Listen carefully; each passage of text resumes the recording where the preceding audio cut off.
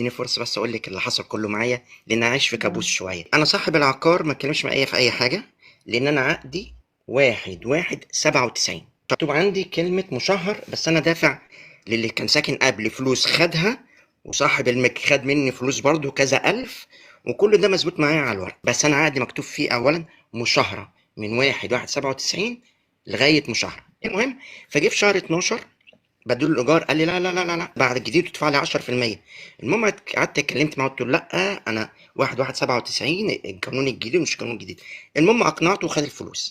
سافرت ورحت اكل عيشي، وجيت في شهر 4/1 سافرت في شرم الشيخ.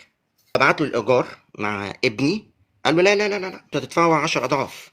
اتصلت بيه، مم. قال لي لا لا لا، ما ينفعش هدفع 10 اضعاف. قلت له ازاي؟ انا العقد بتاع مشهر، وانا ووالدك الله يرحمه كنا متفقين، ووالدي الله يرحمه، ان الشقه اخدها طول العمر يعني مدى. لكن انا جددت الشقه، عملت سقف، السقف كان واقع كلفني قد كده، عملتها كلها سيراميك، جددت السباكه، وصلت غاز باسمي، وصلت تليفون باسمي، يعني معناها ان انا مستقر في الشقه من 97. ما رضيش ياخد الايجار مني في شهر واحد.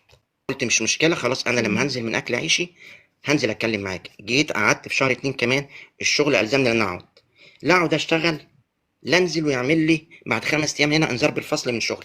قلت اقعد وكلمته تاني، ما خدش ولا شهر واحد ولا شهر اتنين، ومستنين لغايه ما انا انزل عشان يقعد معايا ويتفق معايا ويقول لي تدفع 10 اضعاف.